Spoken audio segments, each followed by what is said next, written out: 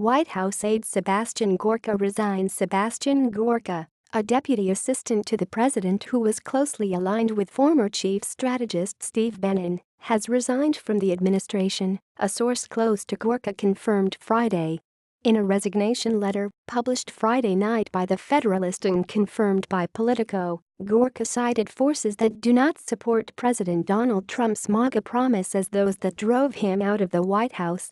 Regrettably, outside of yourself, the individuals who most embodied and represented the policies that will make America great again have been internally countered, systematically removed, or undermined in recent months, Gorka wrote. Confirmation of the resignation came 1 week to the day after Bannon was fired from his White House position. A senior White House official, speaking on the condition of anonymity, said Friday night, Sebastian Gorka did not resign, but I can confirm he no longer works at the White House. The latest high-profile resignation from the populist faction of Trump's ideologically divided West Wing resulted from a major policy disagreement about Afghanistan. Gorka, a White House official said, disagreed with Trump's decision to dispatch more American troops to Afghanistan, a torture decision the president outlined in his first national security address on Tuesday night. In his resignation letter, Gorka wrote that the fact that those who drafted and approved the speech removed any mention of radical Islam or radical Islamic terrorism proves that a crucial element of your presidential campaign has been lost.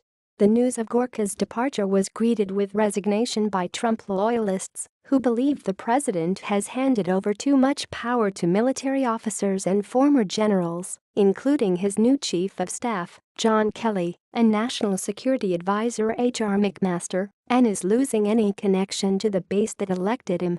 I guess that means the 7-day in May crowd is making steady progress in trying to convert the Trump administration to George Soros-style globalism, said political operative Roger Stone, a longtime Trump advisor and confidant.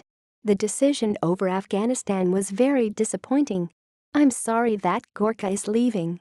He's one of the few people who actually voted for Trump and understands Trump's worldview. Stone, who helped Trump think through his presidential bid, warned that while he is not yet throwing in the towel on the Trump presidency, I can find another candidate for 2020 who can win the primary, believe me. Gorka was closely aligned with Bannon and often attended meetings as Bannon's surrogate and worked with his former Breitbart colleague in his West Wing office. Internally, Bannon was his biggest defender against skeptics who accused him of holding anti-Semitic views and playing up his intellectual status by insisting on going by Dr. Sebastian Gorka. But he was not seen as a power player in the administration other than as an effective television surrogate. That role endeared him to Trump, but made him thin-skinned about the media that covered him. He often blocked mainstream media journalists from following him on Twitter. It was not clear whether Gorka, like Bannon, would return to Breitbart News, where he previously served as national security editor.